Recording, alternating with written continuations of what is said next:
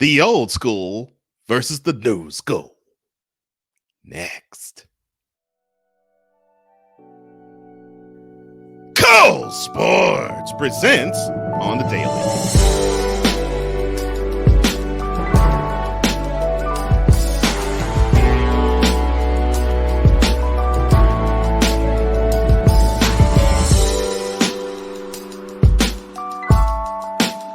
Well, how are you doing this Friday, VIP? Cole Johnson's on the mic and live to living color on the daily. So on tap, presented by Cole Sports. If you haven't done so, come aboard. Subscribe to this channel and hit that notification bell to get any and all content that comes from here as we bring videos from this show and this channel to you every Monday through Friday. Remember, every Monday through Friday, be up to date on all the sports news in your house, at work, in your church, or wherever you congregate amongst people. Now, this is Friday. We're going to relax a little bit because we're going to enjoy championship weekend in the NFL. You know, we've talked a little bit of baseball, talked a little bit of football, too. We talked a little bit of basketball. We talked a little bit of football in the past. Let's talk about a little bit of football in the present. As we are seeing something really interesting. In one conference, the NFC, we're seeing a competition between the Packers and the Bucs, but it is headlined by a 36-year-old quarterback and a 43-year-old quarterback. Conversely, in the AFC, we are dealing with two QBs who are young and up and coming and have proven that they have MVP-like talent already. And the Bills on one side, the Chiefs on the other. So why am I talking about this? Well, I think we're seeing a small referendum in how the game is starting to change and how the game is still holding where they want to hold, because you got good quarterbacks that are older, you got good quarterbacks that are younger. And I'm going to tell you why both are wonderful in this week's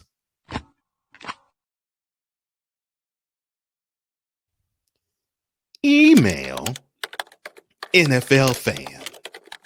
CC the Shield. Subject of email: we need to have more of this competition more often. Body of email: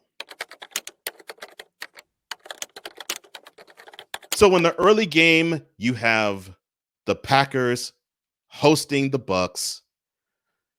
The first playoff matchup between Aaron Rodgers and Tom Brady. And what I'm loving about this is there are many storylines that are in play. Many. You have what I just said, the first time that Rodgers and Manning and Brady are meeting in the championship round at that, but in the playoffs for the first time in both their careers. You have two quarterbacks who both have gone through, well, is their career over or not? And they both have put forth spectacular years in their own right. And you have one quarterback in Brady who is already 9 up and 4 down in championship games. And if you could do the math real quick, VIP, 9 plus 4 is 13. And Sunday will be Brady's 14th championship weekend game. And mind you, this guy played 8 in a row at one stretch. This is his 14th championship round game. Amazing. On the other side, you have Aaron Rodgers, who many say is the best quarterback they've seen in terms of the fact that he is accurate with the pass. He can throw in tight windows. He's the quintessential understanding of a quarterback that plays well in the pocket, as well as can hurt a defense in scrambling. And he has a head on his shoulders, and now he has a heart to match, because he is, this year, in my opinion, and this is why I believe he will win the MVP this year, is he's actually shown the ability to be a leader, which is something that either we have failed to look at and we've just dismissed and glossed over, or it's something that he did not want to show and felt as though he wasn't confident enough to show until now. And both of these quarterbacks have weapons. Both of them do. I mean, on the Packers side, you have the weapons led by running back Aaron Jones and the wide receiver Devontae Adams. Led by, not only by, but led by them. The Bucs, I mean, they have Mike Evans for wide receiver. They have Gronk for tight end, and they have a pair of running backs, Ronald Jones and Leonard Fournette.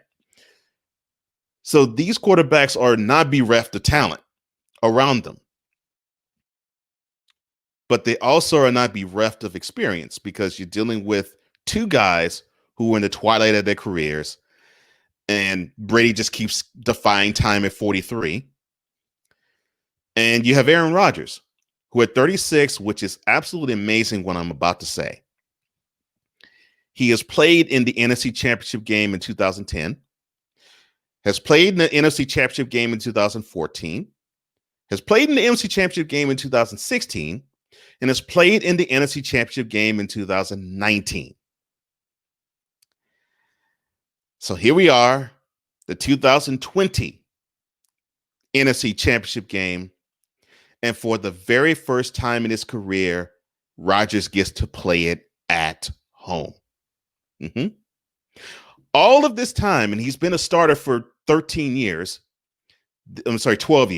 This will be his first NFL championship weekend start at home.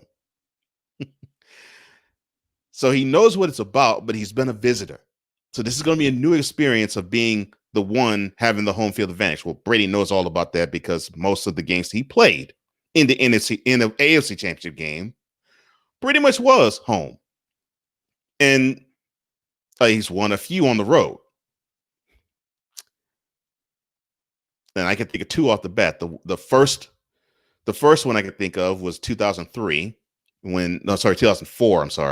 when they just outclassed the Steelers, who were led then by a rookie Ben Roethlisberger. And then 2018, where the Chiefs had the Patriots on the ropes, but a false start messed it all up. The Patriots still advanced. So Brady knows what it takes to win an NFL championship weekend game on the road because he's done it more than once. Conversely, Rodgers doesn't know how to feel in hosting one. And he's only won the NFC Championship Game once himself. But it's going to be interesting to see those two go at it and see these grizzly old veterans try to deal with the cold and each other and their defenses. On the other side, the late game on Sunday will feature the Bills and the Chiefs. Now, the Bills won't have much of a problem in terms of will Josh Allen start or not, because he will. And if it weren't for a stellar performance, in my opinion, of Aaron Rodgers, and if it probably wasn't for a 2,000-yard rusher in Derrick Henry, Josh Allen would probably be a runaway MVP winner this year. He has not just shown that he has the stats to prove it and the game to prove it, but he has the leadership to prove it too. Stunning work, and it's only his third year in the league. He is going to be a player to deal with, and one of the best quarterbacks we've seen in quite some time. The fact that the guy can run and throw, be as comfortable in the pocket as he is when he tucks the ball and you call number 17 to run. It is amazing to see how he has transformed to being the galvanizing force and leader of the Bills. He is remarkable. I cannot sing his praises enough. On the other side, you have Patrick Mahomes. Now, we're crossing our fingers with him because at this moment he is still in concussion protocol. Now, he suffered a concussion last week in the divisional round game, their victory against the Browns, going down in the third quarter in their 22-17 victory. And it wasn't a dirty hit. It just was so happened that Mahomes just was in a awkward, unfortunate position. He was brought down legally, and his head hit the turf, and I think it also hit the tackler too. And when Mahomes got up, he wobbled. So he's still in concussion protocol because of that. If he does play, you will get a guy who already has AFC Championship experience. He is 1-1 and lost one. This is his third one. This is the third one he's been in. He has hosted all of them. Let me see. He's already an MVP.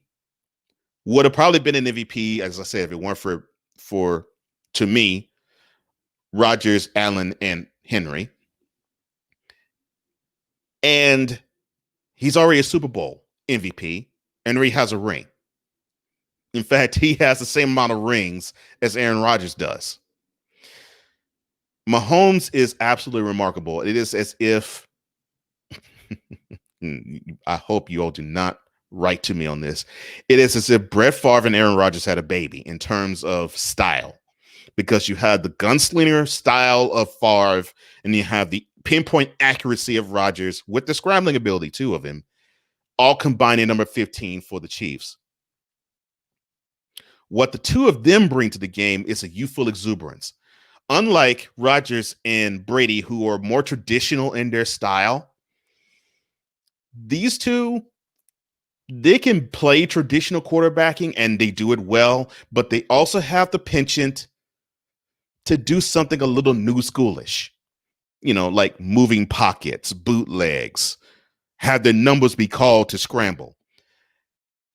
That's something that these two can do, and they're not known for being a running quarterback. They're known for being a quarterback that has all the tools to succeed in the pocket. So in the NFC, you have how they used to do it. You have the pocket passers. Even though Rodgers can scramble, Rodgers is most comfortable in the pocket. Of course, Brady lives in the pocket. With the AFC Championship game, you have two quarterbacks who can live in the pocket. They also are comfortable enough to scramble too. And so we're going to see two different styles of quarterbacking in the championship games that is going to be offered up this Sunday. And we're going to be in for a treat with those two games, and whomever comes out of those two games, the champions of their conferences, we're going to get a really good Super Bowl in Tampa between the Packers or the Bucs versus the Bills or the Chiefs. Happy, happy, happy NFL Championship weekend to you. Cole Johnson, Cole Sports with a Z.com.